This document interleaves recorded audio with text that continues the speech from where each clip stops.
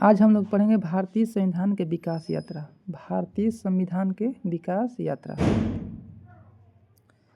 सबसे पहले पढ़ेंगे कि संविधान क्या है। संविधान नियमों उपनियमों का एक ऐसा लिखित दस्तावेज होता है जिसके अनुसार सरकार का संचालन किया जाता है। यह देश के राजनीतिक व्यवस्था का बुनियादी ढांचा निर्धारित करता है। संविधान राज्य की विधायिका, कार्यपालिका और न्यायपालिका की स्थापना, उनकी शक्तियों तथा दायित्व की सीमांकन एवं जनता तथा राज्य के मध्य संबंधों का विनियमन करता है। प्रत्येक संविधान उस देश के आदर्शों, उद्देश्यों व मूल्यों का दर्पण होता है। संवैधानिक विधि देश की सर्वोच्च विधि होती है तथा सभी अन्य विधियां इसी पर आधारित होती है। संविधान एक जड़ दस्तावेज नहीं होता, बल्कि यह निरंतर पनपता रहता है। वर्षों से चली आ रही परंपरा भी देश के शासन में महत्वपूर्ण भूमिका अदा करती है। अब संविधान का महत्व क्या है? तो संविधान का महत्व है, संविधान यह सुनिश्चित करता है कि कानून कौन बनाएगा। यह समाज में शक्ति के मूल वितरण को स्पष्ट करता है। यह समाज में निर्णय लेने की शक्ति जिसके पास होगी तथा सरकार का निर्माण कैसे होगा निर्धारित करता है। यह समाज की आकांक्षाओं एवं लक्ष्यों को अभिव्यक्त करता है एवं न्यायपूर्ण समाज की स्थापना हेतु उचित परिस्थितियों के निर्माण को सुनिश्चित करता है। यह समाज को बुनियादी पहचान प्रदान करता है। संविधान राज्य व्यवस्था के 3 प्रमुख अंग कार्यपालिका, विधायिका एवं न्यायपालिका की स्थापना करता है तथा उनकी शक्तियों एवं अधिकारों को परिभाषित करता है। यह राज्य के अंगों के अधिकार को मर्यादित कर उन्हें निरंकुश एवं तानाशाह से रोकता है। संविधान एक आईना है जिससे उस देश के भूत, वर्तमान और भविष्य की झलक मिलती है। संविधान और राज्य व्यवस्था के अनेक उपादान ब्रिटिश शासन से ग्रहण किए गए हैं। ब्रिटिशों द्वारा समय समय पर लाए गए अधिनियमों ने भारतीय सरकार और प्रशासन की विधिक रूपरेखा ढांचा को तैयार किया है।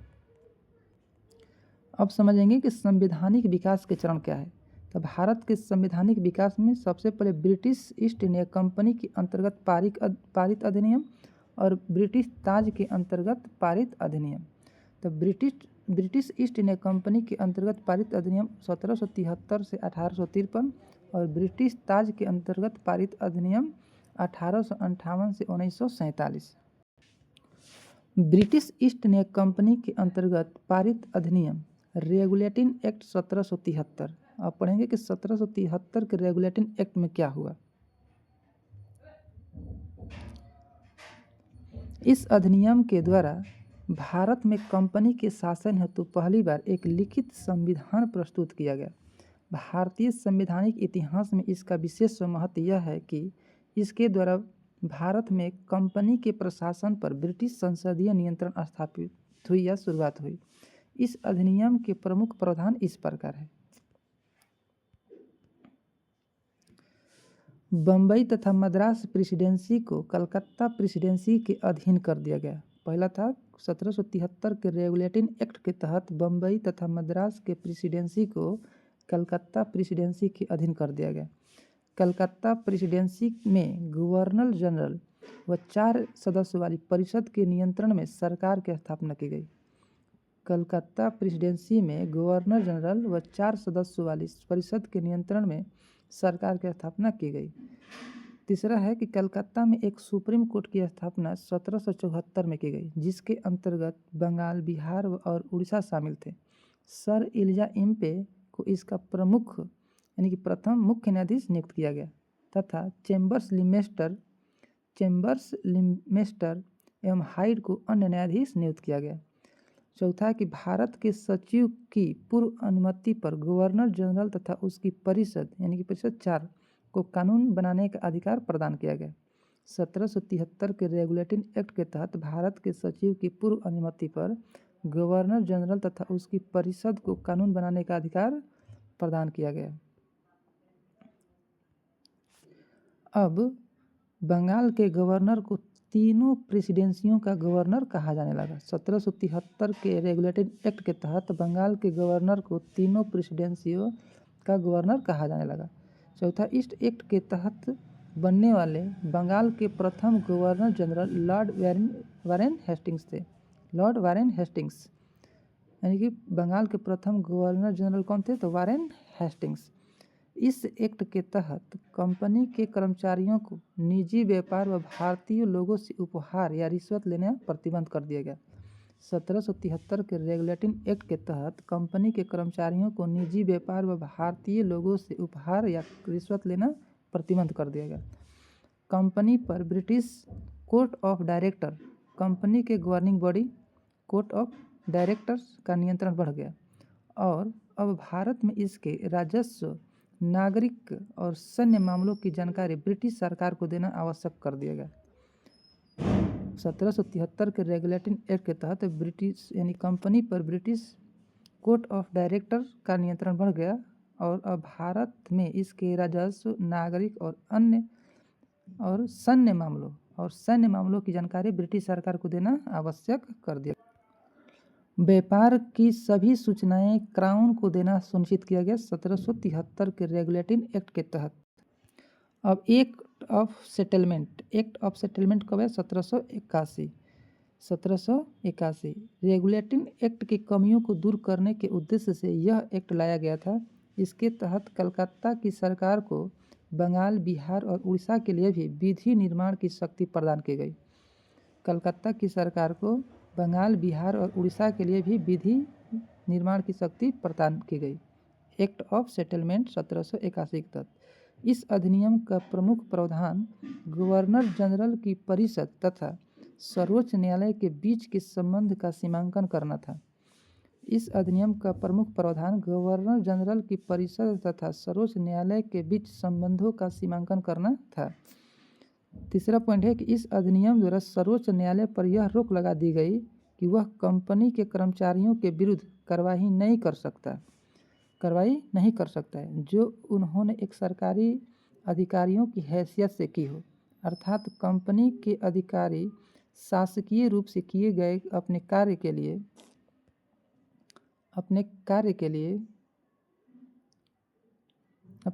लिए सर्वोच्च न्यायालय के कार्य क्षेत्र से बाहर हो गए। इस अधिनियम द्वारा सर्वोच्च न्यायालय पर यह रोक लगा दी गई कि वह कंपनी के कर्मचारियों के विरुद्ध कार्रवाई नहीं कर सकता है जो उन्होंने एक सरकारी अधिकारियों की हैसियत से की हो, अर्थात कंपनी के अधिकारी शासकीय रूप से किए गए कार्य के लिए सर्वोच्च न्यायालय के कार्य क्षेत्र से बाहर हो गए। चौथा पॉइंट है 1781 में कि न्यायालय की अपनी आज्ञाएं तथा आदेश लागू करते समय सरकार को कानून बनाने तथा उसके क्रियान्वयन करते समय भारत के सामाजिक, धार्मिक रीति रिवाजों का सम्मान करने का निर्देश दिया गया। न्यायालय की अपनी आज्ञाएं तथा आदेश लागू करते समय सरकार को कानून बनाने तथा उसके क्रियान्वयन करते समय भारत के सामाजिक, धार्मिक रीति रिवाजों का सम्मान करने का निर्देश दिया गया 1781 के एज ऑफ सेटलमेंट के तहत। अब आता है पिट्स इंडिया एक्ट 1784। इस एक्ट को ब्रिटिश संसद में तत्कालिक प्रधानमंत्री विलियम पिट द्वारा प्रस्तुत किया गया था। इस अधिनियम की मुख्य विशेषता यह थी कि निदेशक मंडल यानी कि कोर्ट ऑफ डायरेक्टर को कंपनी के व्यापारिक मामले के अधीक्षण की अनुमति तो दे दी, लेकिन राजनीतिक मामलों के प्रबंधन के लिए नियंत्रण बोर्ड यानी कि बोर्ड ऑफ कंट्रोल नामक एक नए निकाय का गठन किया गया। यानी कि बोर्ड ऑफ कंट्रोल जो होगा वह क्या करेगा? तो राजनीतिक मामलों को देखरेख करेगा। इस प्रकार द्वैध शासन व्यवस्था की शुरुआत हुई। 1784 के एक्ट के तहत द्वैध शासन की शुरुआत हुई। यह अधिनियम दो प्रमुख कारणों से महत्वपूर्ण था। पहला, भारत में कंपनी के अधीन क्षेत्रों को सर्वप्रथम ब्रिटिश आधिपत्य क्षेत्र कहा गया।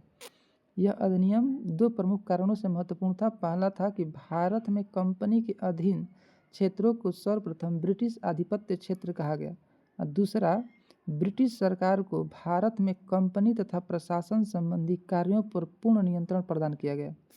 पहला था कि भारत में कंपनी के अधीन क्षेत्रों को सर्वप्रथम ब्रिटिश आधिपत्य क्षेत्र कहा गया 1784 के अधिनियम, और दूसरा था कि भारत के कंपनी तथा प्रशासन संबंधी कार्य पर पूर्ण नियंत्रण हो गया। चौथा इसमें पॉइंट है कि गवर्नर जनरल की परिषद की सदस्य संख्या 4 से घटाकर 3 कर दी गई। साथ ही मद्रास तथा बम्बई की सरकारों को पूरी तरह से बंगाल सरकार के अधीन कर दिया गया। गवर्नर जनरल की परिषद की संख्या 4 से घटाकर 3 कर दिया गया और साथ ही मद्रास और बम्बई की सरकार को पूरी तरह से बंगाल सरकार के अधीन कर दिया गया 1784 के एक्ट के तहत। अब चार्टर एक्ट 1813, चार्टर एक्ट 1813, इस एक्ट द्वारा कंपनी के अधिकार पत्र को 20 वर्ष के लिए बढ़ा दिया गया। 1813 के चार्टर एक्ट के तहत कंपनी के अधिकार क्षेत्र को 20 वर्ष के लिए बढ़ा दिया गया। वह कंपनी के भारत के साथ व्यापार करने के एक अधिकार को समाप्त कर दिया गया। भारत के साथ व्यापार करने का एक अधिकार समाप्त किया गया 1813 में, लेकिन कंपनी चीन के साथ व्यापार और चाय के व्यापार पर एक अधिकार बरकरार रखेगी। यानी कि भारत के साथ व्यापार करने के एक अधिकार तो समाप्त किया गया, लेकिन चीन के साथ व्यापार और चाय के व्यापार के एक अधिकार को बरकरार रखा मतलब ये चालू रहेगा। कुछ सीमाओं के तहत भारत के साथ व्यापार करने हेतु सभी ब्रिटिश वासियों के लिए मुक्त व्यापार की अनुमति दे दी। कुछ सीमाओं के तहत भारत के साथ व्यापार करने हेतु सभी ब्रिटिश वासियों के लिए मुक्त व्यापार की अनुमति दे दी 1813 के अधिनियम के तहत। ईसाई मिशनरियों को भारत में धर्म प्रचार की अनुमति दी गई 1813 में।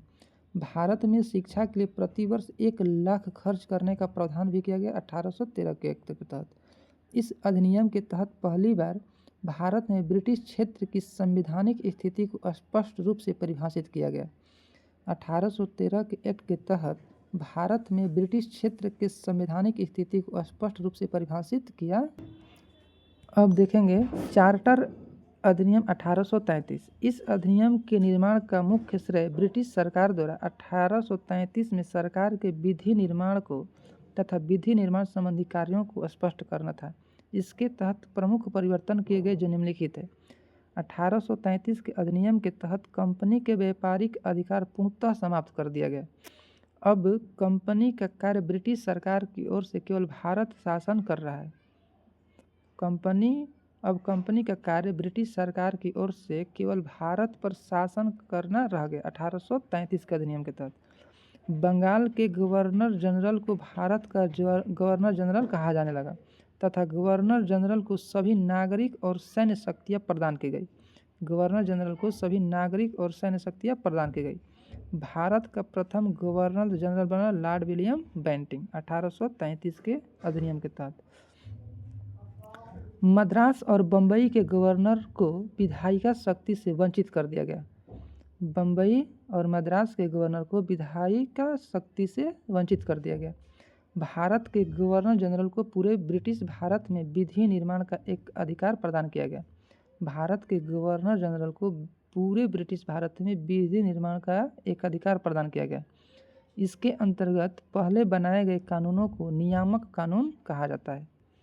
यानी कि 1833 के अधिनियम के तहत मद्रास और बम्बई के गवर्नर को विधायी शक्तियों का कर दिया गया, वंचित कर दिया गया। अब भारत के गवर्नर जनरल पूरे ब्रिटिश भारत में विधि निर्माण का एक अधिकार प्रदान किया गया। इसके अंतर्गत पहले बनाए गए कानून को नियामक कानून कहते हैं और नए कानून के तहत बने कानून को एक्ट या अधिनियम कहते हैं। अभी तक गवर्नर जनरल की कार्यकारिणी में 3 सदस्य होते थे। किंतु विधिक परामर्श हेतु गवर्नर जनरल की परिषद में विधि सदस्य के रूप में चौथे सदस्य का एक शामिल किया गया। 1833 में एक चौथे सदस्य चुना गया, विधि सदस्य। गवर्नर जनरल की परिषद को राजस्व के संबंध में पूर्ण अधिकार प्रदान करते हुए गवर्नर जनरल को संपूर्ण देश के लिए एक ही बजट तैयार करने का अधिकार दिया गया। गवर्नर जनरल की परिषद को राजस्व के संबंध में पूर्ण अधिकार प्रदान करते हुए गवर्नर जनरल को संपूर्ण देश के लिए एक ही बजट तैयार करने के लिए अधिकार उसको दे दिया गया। अगला है नेक्स्ट पॉइंट में कि भारतीय कानूनों का वर्गीकरण किया गया व इस कार्य के लिए विधि आयोग का गठन किया गया। लॉर्ड मैकाले की अध्यक्षता में प्रथम विधि आयोग का गठन किया गया था 1833 के अधिनियम के तहत। इस एक्ट के तहत सिविल सेवकों के चयन के लिए खुली प्रतियोगिता का आयोजन शुरू करने का प्रयास किया गया।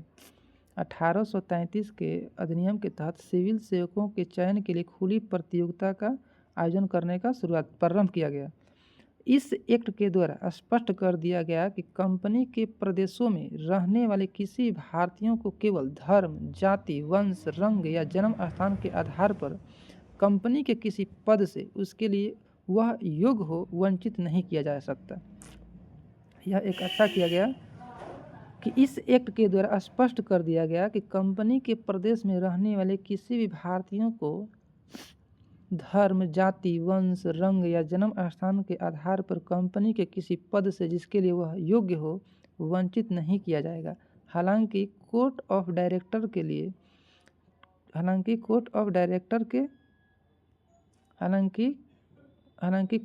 डायरेक्टर के विरोध के कारण यह प्रावधान लागू नहीं हो सका। यानी कि ये 1833 के जो अधिनियम था ये लागू नहीं हुआ कोर्ट ऑफ डायरेक्टर के विरोध के कारण। भारत में दास प्रथा को गैर कानूनी घोषित किया गया तथा गवर्नर जनरल को निर्देश दिया गया कि भारत में दास प्रथा को समाप्त करने के लिए एक आवश्यक कदम उठाया जाए। भारत में ब्रिटिश राज के दौरान संविधान निर्माण के प्रथम संकेत इसी एक्ट में मिलते हैं। भारत में ब्रिटिश राज के दौरान संविधान निर्माण के प्रथम संकेत 1833 के अधिनियम में मिलते हैं।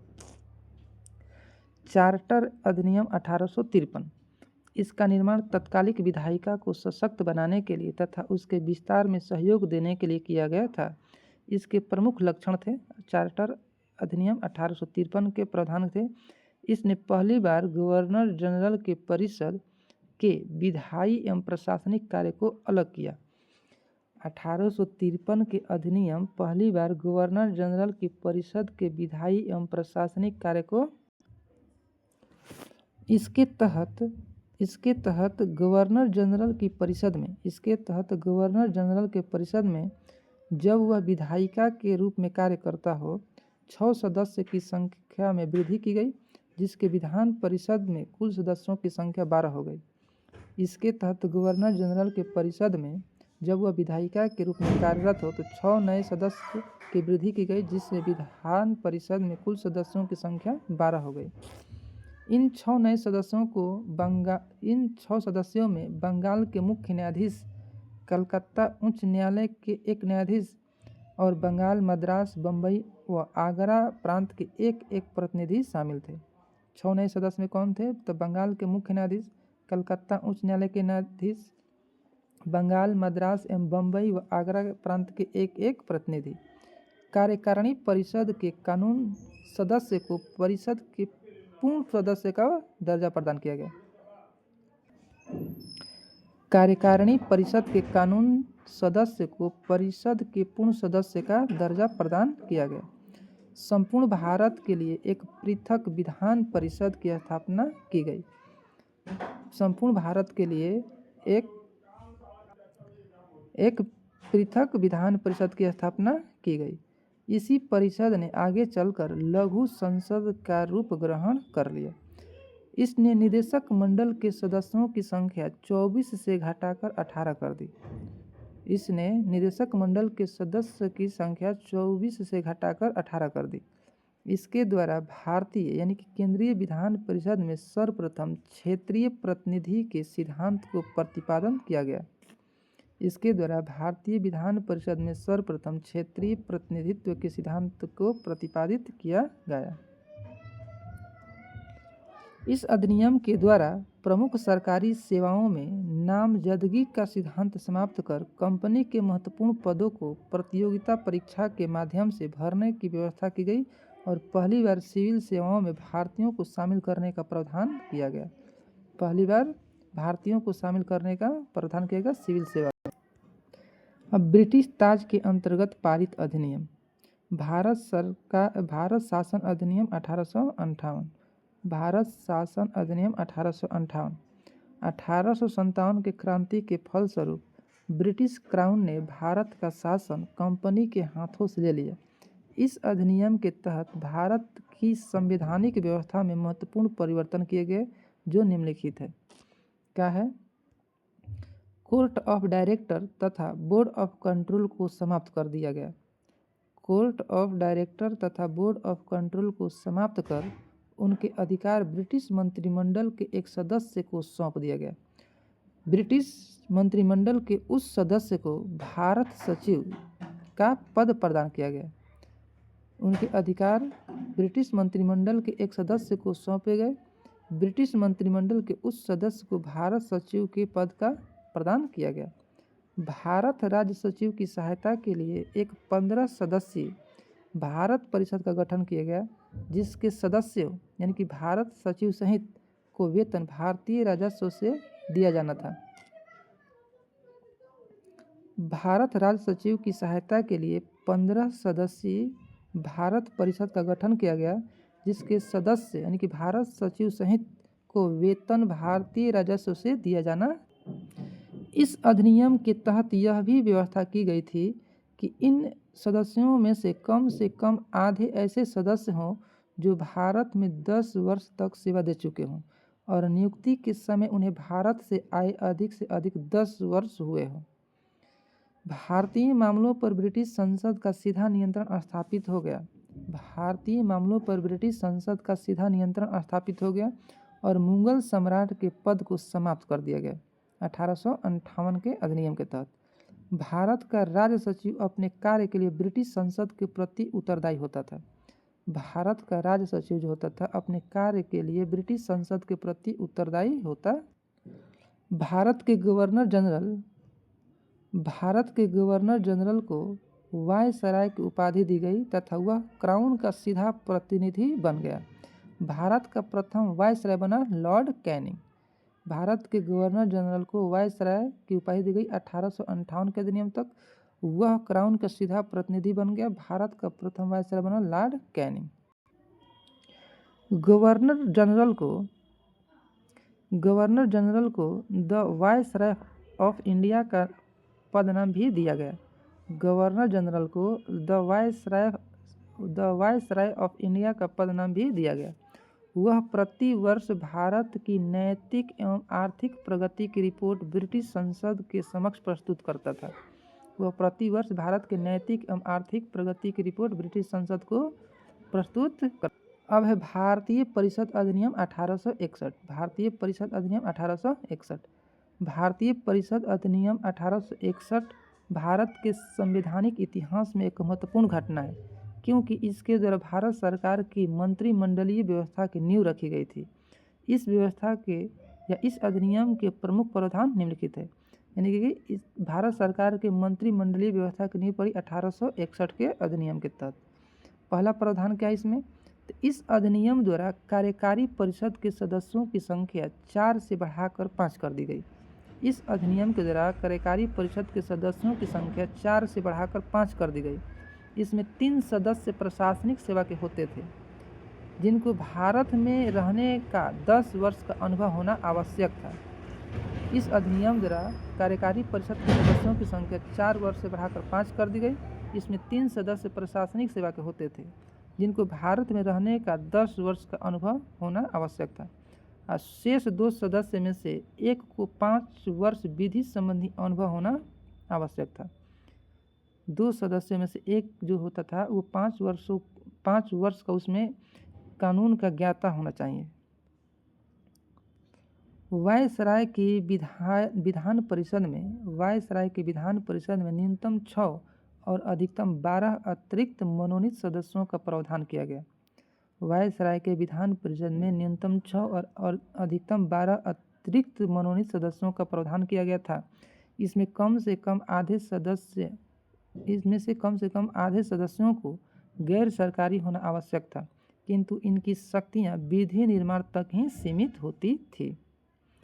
1862 में लॉर्ड कैनिंग ने 3 भारतीयों बनारस के राजा पटियाला के महाराजा 1862 में लॉर्ड कैनिंग ने 3 भारतीयों बनारस के राजा पटियाला के महाराजा और सर दिनकर राव को विधान परिषद में मनोनीत किया। 1862 में लॉर्ड कैनिंग ने 3 भारतीयों बनारस के राजा पटियाला के महाराजा और सर दिनकर राव को विधान परिषद में मनोनीत किया। वायसराय को विधानसभा में भारतीयों के नाम निर्देशित करने की शक्ति प्रदान की गई। यह राज्य सचिव के नियंत्रण तथा निरीक्षण में कार्य करती थी। वायसराय को विधानसभा में भारतीयों के नाम निर्देशित करने की शक्ति प्रदान की गई। यह राज्य सचिव के नियंत्रण तथा निरीक्षण में कार्य करती थी। वायसराय को ये सब 1861 का अधिनियम है सभी।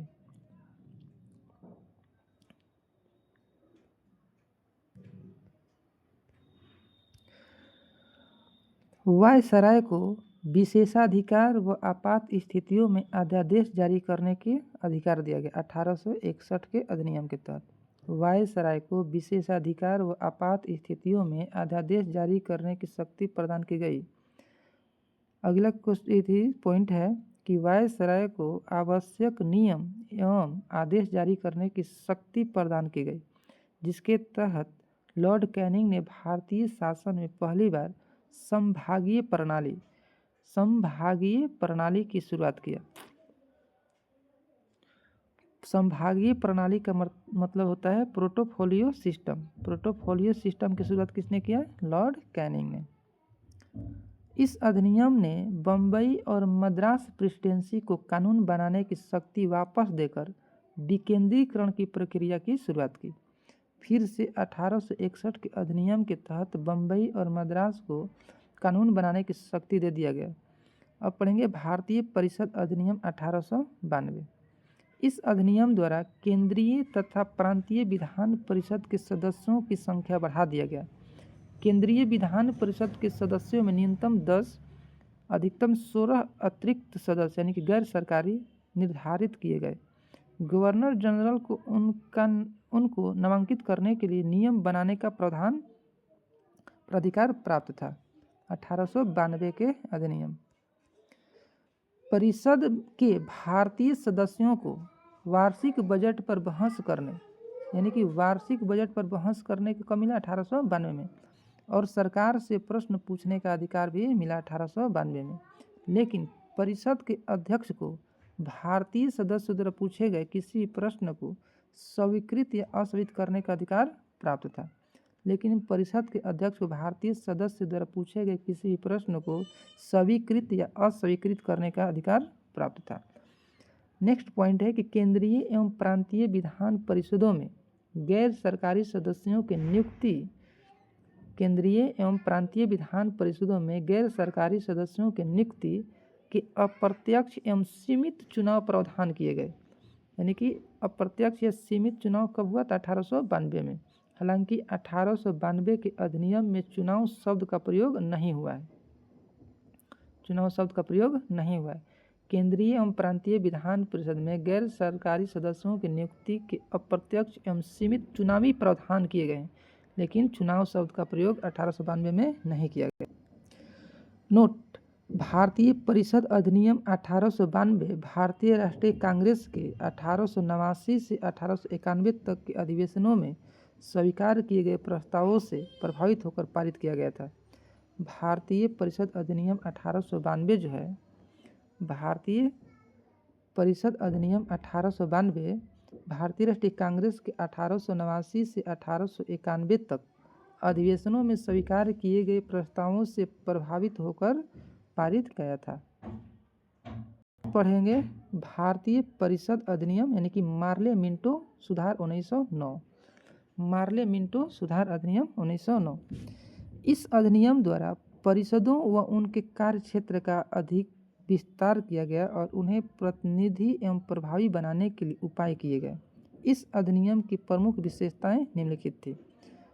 पहला इसमें पॉइंट है कि केंद्रीय विधान परिषद में सरकारी सदस्यों के बहुमत की व्यवस्था रखी गई। केंद्रीय विधान परिषद में सरकारी सदस्यों के बहुमत की व्यवस्था रखी गई, तो प्रांतीय विधान परिषद में गैर सरकारी सदस्यों के बहुमत की व्यवस्था रखी गई। केंद्रीय विधान परिषद में सरकारी सदस्यों के बहुमत की व्यवस्था रखी गई और प्रांतीय विधान परिषद में गैर सरकारी सदस्यों के बहुमत की व्यवस्था रखी गई। सत्येंद्र प्रसाद सिन्हा वायसराय के कार्यकारिणी परिषद में नियुक्त होने वाले प्रथम भारतीय थे, यानी कि विधि सदस्य थे। सत्येंद्र प्रसाद सिन्हा वायसराय के कार्यकारिणी परिषद में नियुक्त होने वाले प्रथम भारतीय थे। विधान परिषद के सदस्यों को बजट अंतिम रूप से स्वीकार करने से पूर्व बजट पर वाद विवाद करने तथा प्रस्ताव पारित करने का अधिकार दिया गया। विधान परिषद के सदस्य को बजट के अंतिम रूप से स्वीकार करने के लिए पूर्व बजट पर वाद विवाद तथा प्रस्ताव पारित करने का अधिकार दिया गया 1909 में। सदस्य को पूरक प्रश्न पूछने का भी अधिकार मिला 1909 में। पूरक प्रश्न पूछने का अधिकार मिला, सदस्य को पूरक प्रश्न पूछने का अधिकार मिला 1909 के अधिनियम में। सदस्यों को सार्वजनिक हित से संबंधित विषयों की विवेचना करने प्रस्तावित करने का अधिकार प्रदान किया गया। सदस्यों को सार्वजनिक हित से संबंधित विषयों को विवेचना करने प्रस्तावित करने का अधिकार प्रदान किया गया। इसके तहत जाति, वर्ग, धर्म आदि के आधार पर पृथक निर्वाचन प्रणाली अपनाई गई। इसके तहत जाति, वर्ग, धर्म के आधार पर पृथक निर्वाचन प्रणाली अपनाई गई। जाति, धर्म और वर्ग जिसमें presidency corporation, chamber of commerce तथा जमींदारों को पृथक प्रतिनिधि दिया गया। Presidency corporation, chamber of commerce तथा जमींदारों को पृथक प्रतिनिधि दिया गया। पहली बार केंद्रीय विधान परिषद हेतु मुस्लिम वर्ग के लिए पृथक निर्वाचन व्यवस्था की गई। तो इसमें 1909 के अधिनियम में जाति, वर्ग और धर्म के आधार पर पृथक निर्वाचन का प्रणाली अपनाया गया, जिसमें presidency corporation, chamber of commerce और जमींदारों को पृथक प्रतिनिधि दिया गया। जमींदारों को पृथक प्रतिनिधित्व दिया गया। अब पहली बार केंद्रीय विधान परिषद हेतु मुस्लिम वर्ग के लिए पृथक निर्वाचन व्यवस्था शुरू की गई। लॉर्ड मिंटो भारत के वायसराय तथा जॉन मार्ले इंग्लैंड में भारत के राज सचिव थे। लॉर्ड मिंटो को सांप्रदायिक निर्वाचन के जनक के रूप में माना जाता है। सांप्रदायिक निर्वाचन के जनक लॉर्ड मिंटो।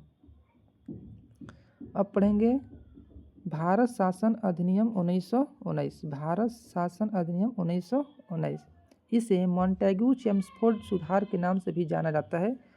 उल्लेखनीय है कि मॉन्टेग्यू भारत के राज सचिव व चेम्सफोर्ड भारत के वायसराय थे। इसमें प्रमुख प्रावधान क्या था? इसमें प्रावधान था कि केंद्र में द्विसदनात्मक विधायिका की स्थापना की गई। प्रथम राज्य परिषद, दूसरी केंद्रीय विधान परिषद। द्विसदनात्मक विधायिका में प्रथम राज्य परिषद और दूसरा केंद्रीय विधानसभा। देश में प्रत्यक्ष निर्वाचन व्यवस्था तथा प्रांत में द्वैध शासन प्रणाली प्रारंभ की गई। देश में अप्रत्यक्ष 1892, अप्रत्यक्ष निर्वाचन व्यवस्था की गई 1919 में और प्रांत में द्वैध शासन प्रणाली प्रारंभ की गई 1919 में। केंद्र में द्विसदनात्मक विधायिका 1919 में। प्रांतीय विषय को पुनः दो भागों में बांटा गया, हस्तांतरित और आरक्षित दो भागों में 1919 के। अब हस्तांतरित विषय कौन थे? तो इसमें शिक्षा शामिल था। शिक्षा, पुस्तकालय, स्थानीय स्वशासन, चिकित्सा सहायता, सार्वजनिक निर्माण विभाग, उद्योग, सार्वजनिक मनोरंजन पर नियंत्रण आदि शामिल था। क्या था इसमें? तो हस्तांतरित विषय में शिक्षा, पुस्तकालय, स्थानीय स्वायत्त शासन, चिकित्सा सहायता, सार्वजनिक निर्माण विभाग, उद्योग, सार्वजनिक मनोरंजन पर नियंत्रण आदि शामिल थे। इन विषयों का संचालन गवर्नर तथा विधान परिषद के प्रति उत्तरदायी मंत्रियों की सहायता से होता था। इन विषयों का संचालन गवर्नर तथा विधान परिषद के प्रति उत्तरदायी मंत्रियों की सहायता से होता था। अब अनारक्षित विषय देखेंगे। अनारक्षित विषय में रक्षा, विदेश मामले, वित्त, भूमि, कर, अकाल सहायता, न्याय, पुलिस, पेंशन, छापखाना, समाचार पत्र, सिंचाई, जल मार्ग, कारखाना, बिजली, गैस, श्रमिक कल्याण, औद्योगिक विवाद, मोटर गाड़ी, छोटे बंदरगाह एवं सार्वजनिक सेवा आदि शामिल थे। अनारक्षित विषय में रक्षा, विदेश मामला, वित्त, भूमि, कर, अकाल सहायता, न्याय, पुलिस, पेंशन, छापखाना, समाचार पत्र, सिंचाई, जल मार्ग, कारखाना, बिजली, गैस, श्रमिक कल्याण, औद्योगिक विवाद, मोटर गाड़ी, छोटे बंदरगाह एवं सार्वजनिक सेवा आदि शामिल थे। आरक्षित विषय का संचालन गवर्नर और उसकी कार्यकारी परिषद के माध्यम से किया जाता था। आरक्षित विषय का संचालन गवर्नर और उसकी कार्यकारी परिषद के माध्यम से किया जाता था। अब विधान परिषद में 3 प्रकार के सदस्यों की व्यवस्था की गई, एक निर्वाचित, दूसरा मनोनीत, तीसरा मनोनीत गैर सरकारी। विधान परिषद में 3 प्रकार के सदस्य की व्यवस्था की गई, निर्वाचित, मनोनीत सरकारी, मनोनीत गैर सरकारी। निर्वाचित सदस्यों की संख्या लगभग 71%, निर्वाचित सदस्यों की संख्या लगभग 71%, मनोनीत सरकारी सदस्यों की संख्या 18% तथा मनोनीत गैर सरकारी सदस्यों की संख्या 11% थी।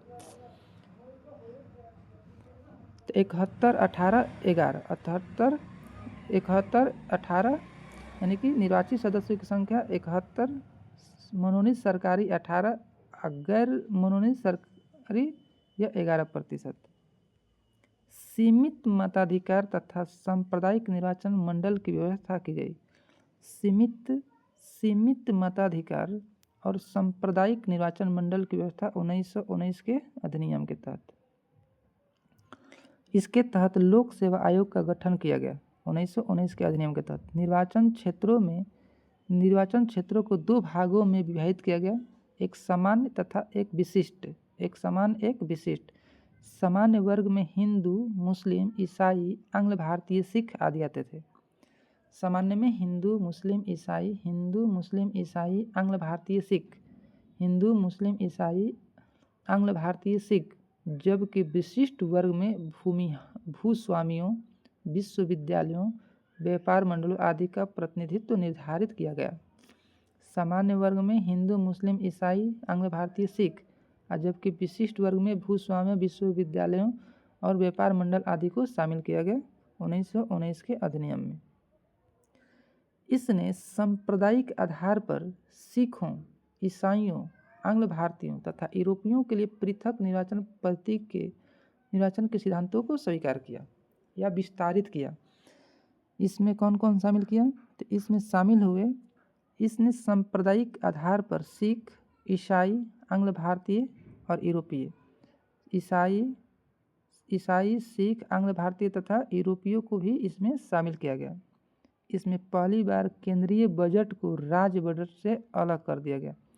1919 के अधिनियम के तहत केंद्रीय बजट को राज्य बजट से अलग किया गया। इसके अंतर्गत एक वैधानिक आयोग का भी गठन किया गया, जिसे 10 वर्ष बाद जांच करने के बाद अपनी रिपोर्ट प्रस्तुत करनी थी। इसके अंतर्गत एक वैधानिक आयोग का गठन किया गया, जिससे 10 वर्ष बाद जांच करने के बाद अपनी रिपोर्ट प्रस्तुत करनी थी। केंद्रीय विधानमंडल को केंद्रीय सूची में उल्लेखित विषयों के संबंध में विधि निर्माण का अधिकार प्राप्त था। केंद्रीय विधानमंडल जो था वह केंद्रीय सूची में उल्लेखित विषयों के संबंध में विधि निर्माण का अधिकार प्राप्त था, परंतु अंतिम निर्णय का अधिकार गवर्नर जनरल को प्राप्त था। अंतिम निर्णय का अधिकार गवर्नर जनरल को प्राप्त था। प्रांतीय विधानमंडल को प्रांतीय विषयों के संबंध में विधि निर्माण का अधिकार प्राप्त था, परंतु ये अधिकार गवर्नर के अधिकारों के कारण अत्यधिक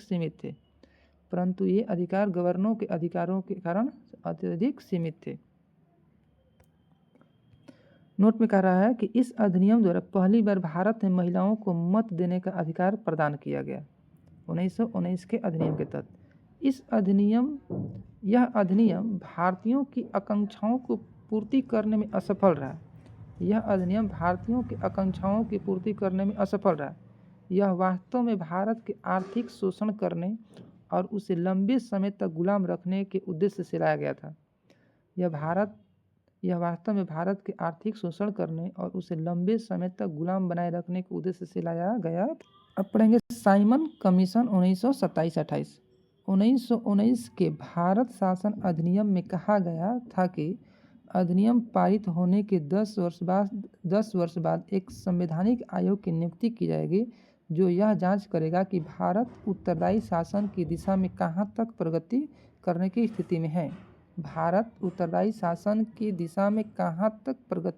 स्थिति में है।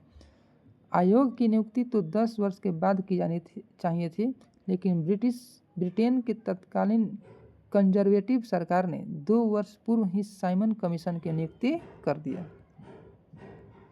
आयोग की नियुक्ति 10 वर्ष के बाद ही की जानी थी, लेकिन ब्रिटेन की तत्कालीन कंजर्वेटिव सरकार ने 2 वर्ष पूर्व ही साइमन कमीशन की नियुक्ति कर दिया, यानी कि 8 नवंबर 1927 को 8 नवंबर 1927 ईस्वी को 8 नवंबर 1927 ईस्वी का हुआ साइमन कमीशन की नियुक्ति हुई, क्योंकि उसे आशंका थी कि 2 वर्ष बाद लेबर पार्टी की सरकार भारत समर्थन सदस्य वाली वैधानिक आयोग की नियुक्ति कर सकती है। जब पारित किया गया था उस समय कंजर्वेटिव पार्टी था 8 नवंबर 1927 को, क्योंकि 2 वर्ष के बाद वो सोचता था कि 2 वर्ष के बाद में चुनाव होना था ब्रिटेन में, और लेबर पार्टी की सरकार यदि आ जाती है तो भारत सरकार के समर्थन में ये काम करेगी और वैधानिक आयोग की नियुक्ति कर सकती है। साइमन कमीशन की नियुक्ति राज्य सचिव बर्केन हेड ने किया था।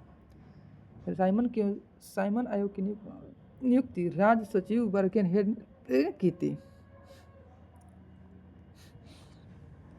सर जॉन साइमन की अध्यक्षता में गठित साइमन आयोग में 7 सदस्य थे। कितने सदस्य थे? 7 सदस्य थे। सातों सदस्य के अंग्रेज होना ही विरोध का कारण बना, इसीलिए इसे श्वेत कमीशन कहकर भी बहिष्कार किया गया। श्वेत कमीशन। जहाँ जहाँ आयोग गया वहाँ वहाँ साइमन गो बैक का नारा दिया गया और देशव्यापी हड़ताल का आयोजन की गई। 1928 से 1929 के बीच कमीशन ने भारत की 2 बार यात्रा किया। 1928 से 1929 के बीच में कमीशन ने 2 बार यात्रा किया। आयोग ने मई 1930 में अपनी रिपोर्ट प्रस्तुत कर दी, जिस पर लंदन में आयोजित गोलमेज सम्मेलन राउंड टेबल कॉन्फ्रेंस से विचार होना था।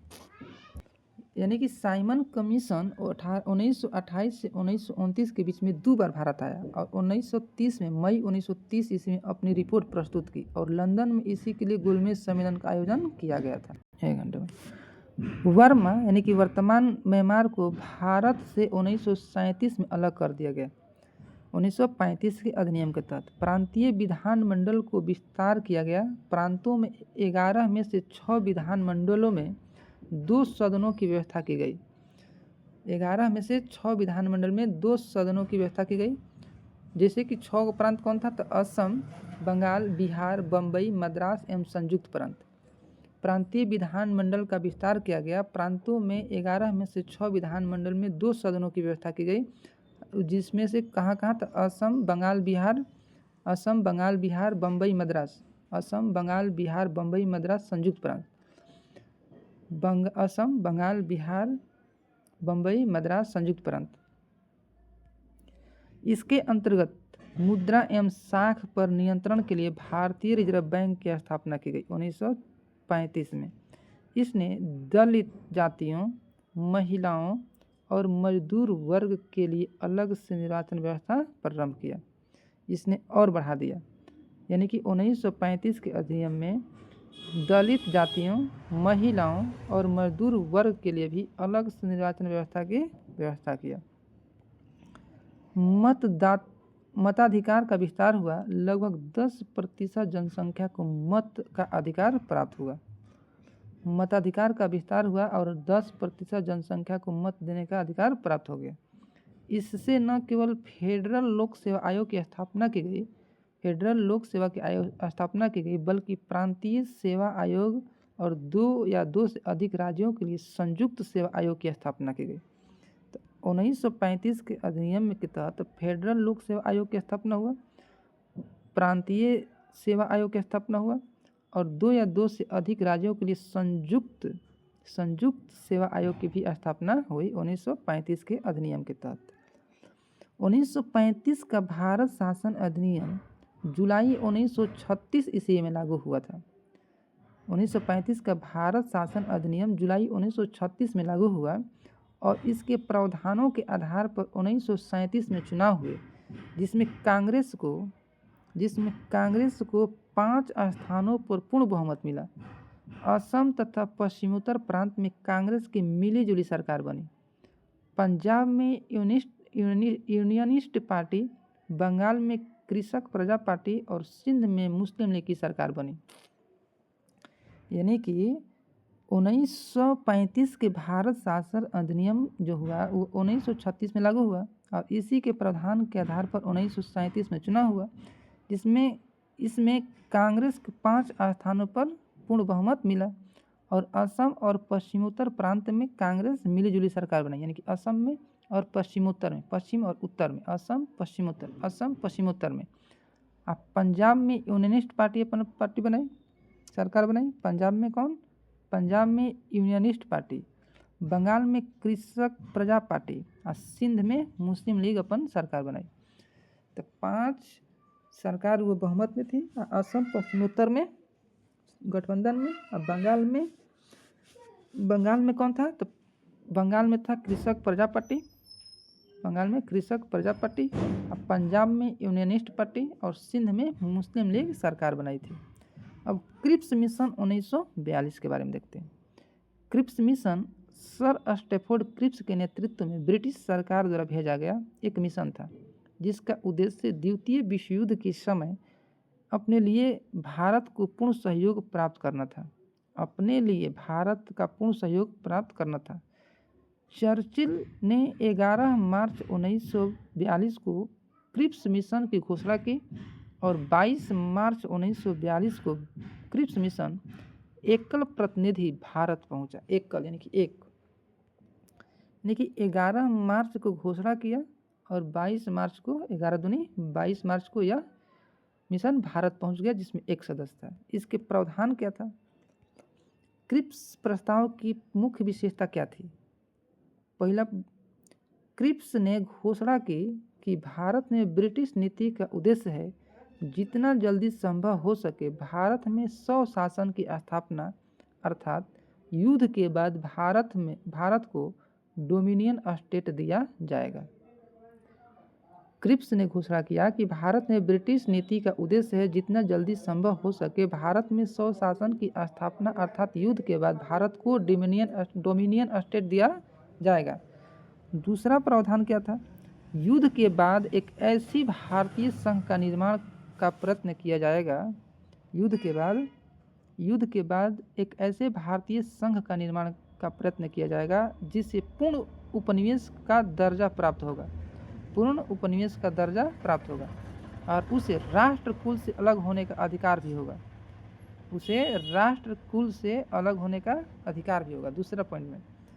तीसरा पॉइंट में ब्रिटिश सरकार ने कहा कि युद्ध के बाद एक संविधान निर्मात्री सभा का गठन किया जाएगा। युद्ध के बाद एक संविधान निर्मात्री सभा का गठन किया जाएगा, जिसमें ब्रिटिश प्रांतों के चुने हुए प्रतिनिधि तथा देशी रियासत के प्रतिनिधि शामिल होंगे। यानी कि ब्रिटिश प्रांत के चुने हुए प्रतिनिधि और देशी रियासत के प्रतिनिधि भी शामिल होंगे।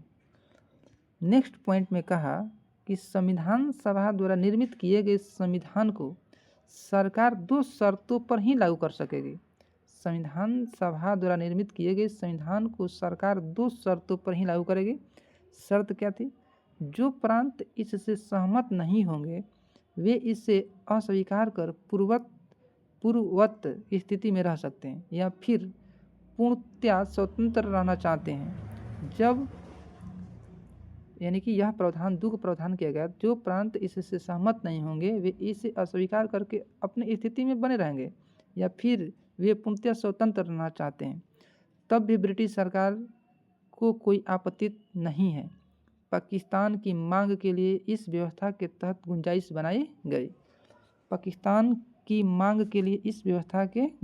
बनाई गई। दूसरा प्रावधान क्या था? भारतीय संविधान सभा तथा ब्रिटिश सरकार के मध्य अल्पसंख्यकों के हित मतलब सुरक्षा, आश्वासन, प्रतिनिधित्व व विकास आदि को लेकर एक समझौता होगा।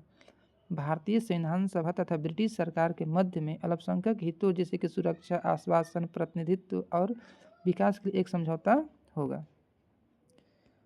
नेक्स्ट पॉइंट में क्या कहा? युद्ध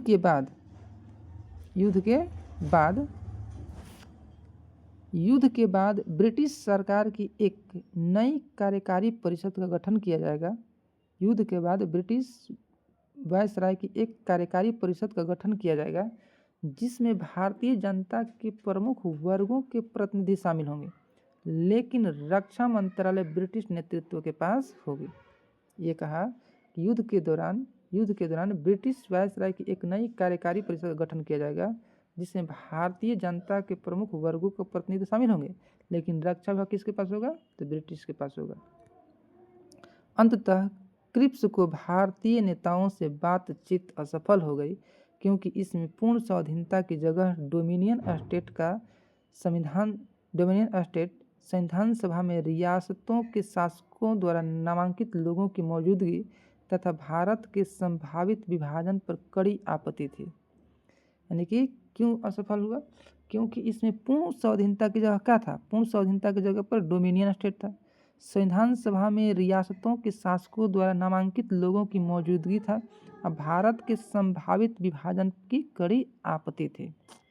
अब पढ़ेंगे कैबिनेट मिशन 1946। भारत की राजनीतिक समस्या के समाधान के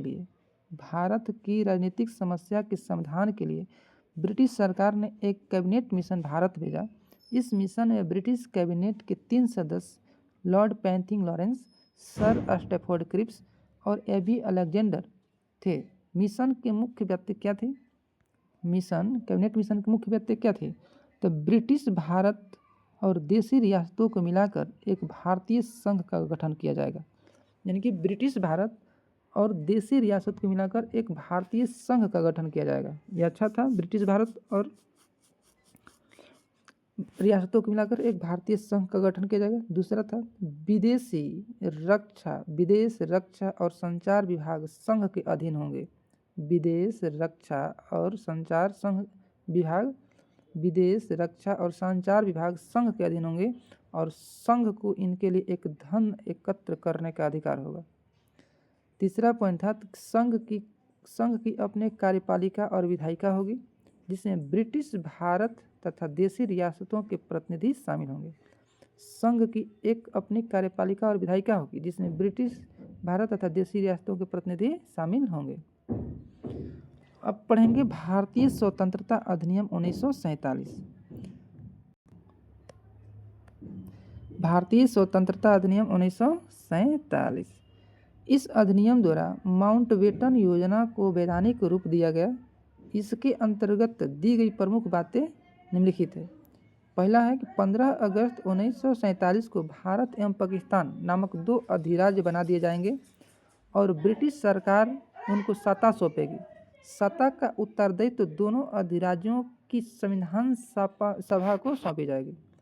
15 अगस्त 1947 ईस्वी को भारत एवं पाकिस्तान नामक 2 अधिराज्य बना दिए जाएंगे और ब्रिटिश सरकार उनको सत्ता सौंपेगी।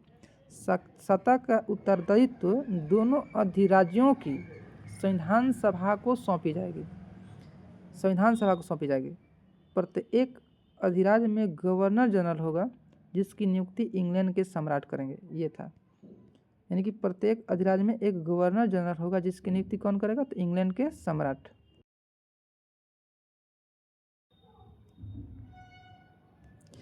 नए संविधान का निर्माण होने तक दोनों राज्यों का प्रशासन भारत शासन अधिनियम 1935 के अनुसार चलाया जाएगा। यह भी प्रावधान था। भारत सचिव का पद समाप्त करके उसके स्थान पर राष्ट्रमंडल के सचिव की नियुक्ति की जाएगी। यानी कि 1947 के अधिनियम के तहत भारत सचिव के पद को समाप्त किया गया और उसके स्थान पर राष्ट्रमंडल के सचिव की नियुक्ति की गई। तीसरा पॉइंट, देशी रियासतों पर ब्रिटेन की संप्रभुता का अंत कर दिया गया। देशी रियासतों पर ब्रिटेन की संप्रभुता को अंत कर दिया गया। उनको भारत या पाकिस्तान किसी भी अधिराज्य में सम्मिलित होने और अपने भावी संबंधों का निश्चय करने की स्वतंत्रता प्रदान की गई। ये शामिल था। अब द बाल्कन प्लान या डिकी बर्ड प्लान या इस्मा प्लान। बाल्कन प्लान या डिकी बर्ड प्लान या इस्मा प्लान 1947। माउंटबेटन ने भारत की आज़ादी के लिए डिकी बर्ड प्लान तैयार किया। यह योजना जनरल सर हेस्टिंग्स इस्मा, सर जॉर्ज एबेल एवं लॉर्ड माउंटबेटन की एक समिति द्वारा तैयार की गई थी। यह जो बाल्कन प्लान था, यह योजना जो था सर हेस्टिंग्स इस्मा, सर जॉर्ज एबेल एवं लॉर्ड माउंटबेटन की एक समिति के द्वारा तैयार की गई थी। यह योजना दिल्ली में प्रांतीय गवर्नरों की असेंबली के सम्मुख वारेन यानी कि हेस्टिंग्स इस्मा, यह योजना दिल्ली में प्रांतीय गवर्नरों की असेंबली के सम्मुख हेस्टिंग इस्मा द्वारा प्रस्तुत की गई, इसीलिए इसे इस्मा योजना के नाम से भी जाना जाता है। Balkan plan, Dickie Bird plan या इस्मा प्लान। इस योजना में यह प्रावधान था कि सत्ता का हस्तांतरण पृथक पृथक प्रांतों को किया जाए। यह सत्ता हस्तांतरण से पहले यदि परिसंघ का गठन हो जाए तो उसके साथ ही इसमें यह भी प्रावधान था कि बंगाल एवं पंजाब को यह विकल्प दिया जाए कि वे अपने बंटवारे के लिए जनमत संग्रह का सहारा ले सकते हैं। किसको? बंगाल और पंजाब के लिए। इस प्रकार देशी रियासतों के साथ विभिन्न समूहों को यह छूट होगी कि वे भारत में सम्मिलित होना चाहते हैं या पाकिस्तान में, या फिर अपना स्वतंत्र अस्तित्व बनाना चाहते हैं। इसका मतलब यह हुआ कि डिकी प्लान में यह प्रावधान था कि सत्ता का हस्तांतरण पृथक पृथक प्रांतों को किया जाए, या सत्ता हस्तांतरण से पहले यदि परिसंघ का गठन हो जाए तो उसके साथ ही इसमें यह भी प्रावधान था कि बंगाल एवं पंजाब का यह विकल्प दिया जाए कि वे अपने बंटवारे के लिए जनमत संग्रह का सहारा ले सकते हैं।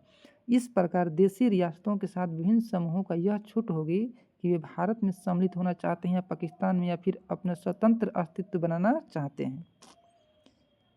इस योजना का विवरण माउंटबेटन ने जवाहरलाल नेहरू के सामने रखा था। किसके सामने? जवाहरलाल नेहरू के सामने, जिनसे उन्होंने तुरंत अस्वीकार कर दिया। यानी कि डिकी प्लान को माउंटबेटन जो था जवाहरलाल नेहरू के सामने रखा, जिससे उन्होंने तुरंत अस्वीकार कर दिया और बताया कि यह योजना भारत के बाल्कनीकरण को आमंत्रित करेगी। बाल्कनीकरण को आमंत्रित करेगी और संघर्ष एवं हिंसा को भड़काएगी। अतः यह योजना बाल्कन प्लान भी कहा जाता है। यह योजना बाल्कन प्लान भी कहा जाता है। स्वतंत्रता पूर्व गठित अंतरिम मंत्रिमंडल 1946, 2 सितंबर 1946 में गठित हुआ था। इसमें देखेंगे कौन का हुआ था। इसमें देखेंगे कि इसमें जवाहरलाल नेहरू राष्ट्रमंडल संबंध तथा विदेश मामले के मंत्री बनाए गए थे। सरदार वल्लभ भाई पटेल को गृह सूचना मंत्री या प्रसारण मंत्री, गृह सूचना एवं प्रसारण मंत्री सरदार वल्लभ भाई पटेल। रक्षा मंत्री बलदेव सिंह। उद्योग एवं नागरिक आपूर्ति मंत्री जान माथाई। श्रम मंत्री जगजीवन राम। कार्य खान एवं ऊर्जा मंत्री C.H. भाभा। डॉक्टर राजेंद्र प्रसाद खाद्य एवं कृषि मंत्री। आसफ अली रेलवे एवं परिवहन मंत्री। C. राजगोपालाचारी शिक्षा एवं कला मंत्री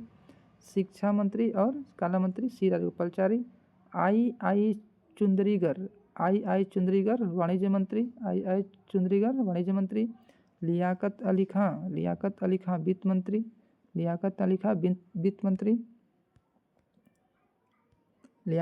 वित्त मंत्री। अब्दुल रब नश्तर डाक एवं वायु विभाग। डाक एवं संचार मंत्री, डाक या वायु या संचार मंत्री। गजाफर अली खां स्वास्थ्य मंत्री।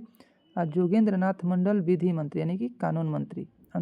अंतरिम मंत्रिमंडल में अंतरिम सरकार के सदस्य वायसराय की कार्यकारिणी परिषद के सदस्य थे। अंतरिम सरकार के सदस्य जो थे वायसराय के कार्यकारिणी परिषद के सदस्य थे और पंडित जवाहरलाल नेहरू परिषद के उपाध्यक्ष थे। अंतरिम सरकार के सदस्य वायसराय के कार्यकारिणी परिषद के सदस्य थे और पंडित जवाहरलाल नेहरू परिषद के उपाध्यक्ष। स्वतंत्र भारत का पहला मंत्रिमंडल 1947।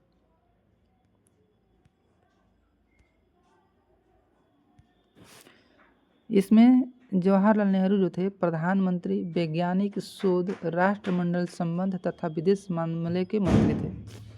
गृह मंत्री, सूचना एवं प्रसारण एवं राज्यों के मंत्री सरदार वल्लभ भाई पटेल। गृह, सूचना एवं प्रसारण एवं राज्य मंत्री सरदार वल्लभ भाई पटेल। खाद्य एवं कृषि मंत्री डॉक्टर राजेंद्र प्रसाद। खाद्य एवं कृषि मंत्री डॉक्टर राजेंद्र प्रसाद। शिक्षा मंत्री मौलाना अबुल कलाम आज़ाद। अंतरिम में नहीं, स्वतंत्र भारत में मौलाना अबुल कलाम आज़ाद।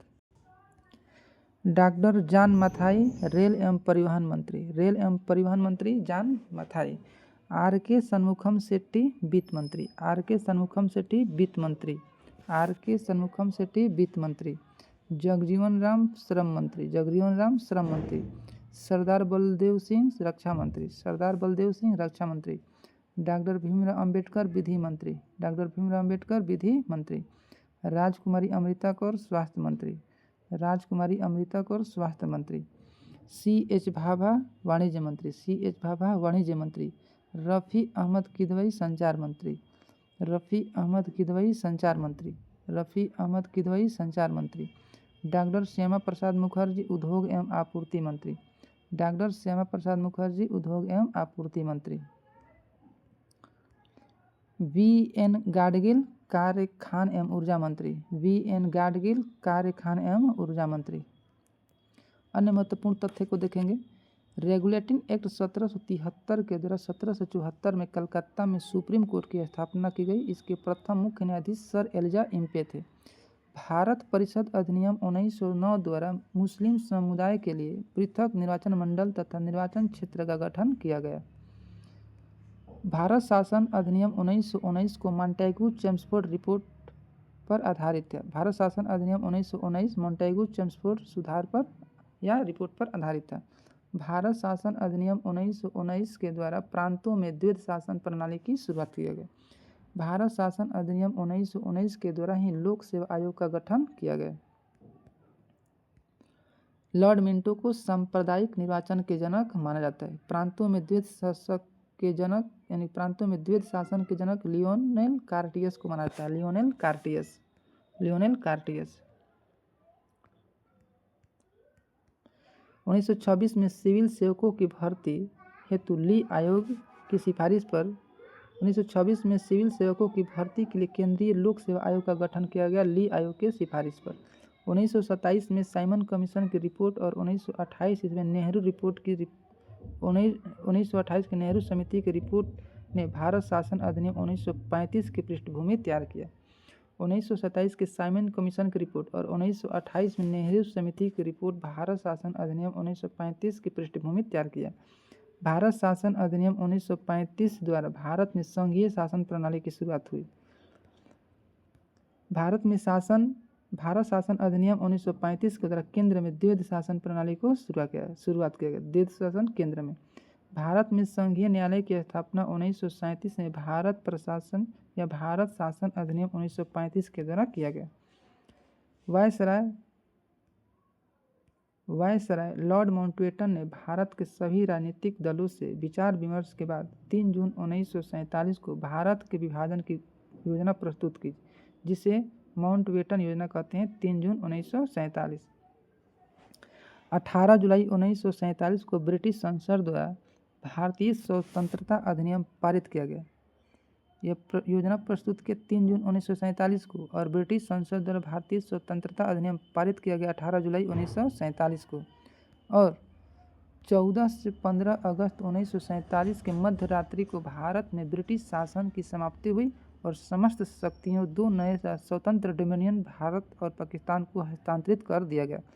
लॉर्ड माउंटबेटन नए डोमिनियन भारत के प्रथम गवर्नर जनरल बने 15 अगस्त 1947 से 21 जून 1948 तक। 15 अगस्त 1947 से 21 जून 1948 तक लॉर्ड माउंटबेटन ने जवाहरलाल नेहरू को भारत के पहले प्रधानमंत्री के रूप में शपथ दिलाई थी। लॉर्ड माउंटबेटन ने दिलाई थी। 1946 में बनी संविधान सभा को स्वतंत्र भारतीय डोमिनियन की संसद के रूप में स्वीकार कर लिया गया। 1946 में बनी संविधान सभा को स्वतंत्र भारतीय डोमिनियन को संसद के रूप में स्वीकार किया गया। स्वतंत्र भारत के प्रथम व अंतिम भारतीय गवर्नर जनरल सी राजगोपालाचारी थे, जो 21 जून 1948 से 26 जनवरी 1950 तक रहे।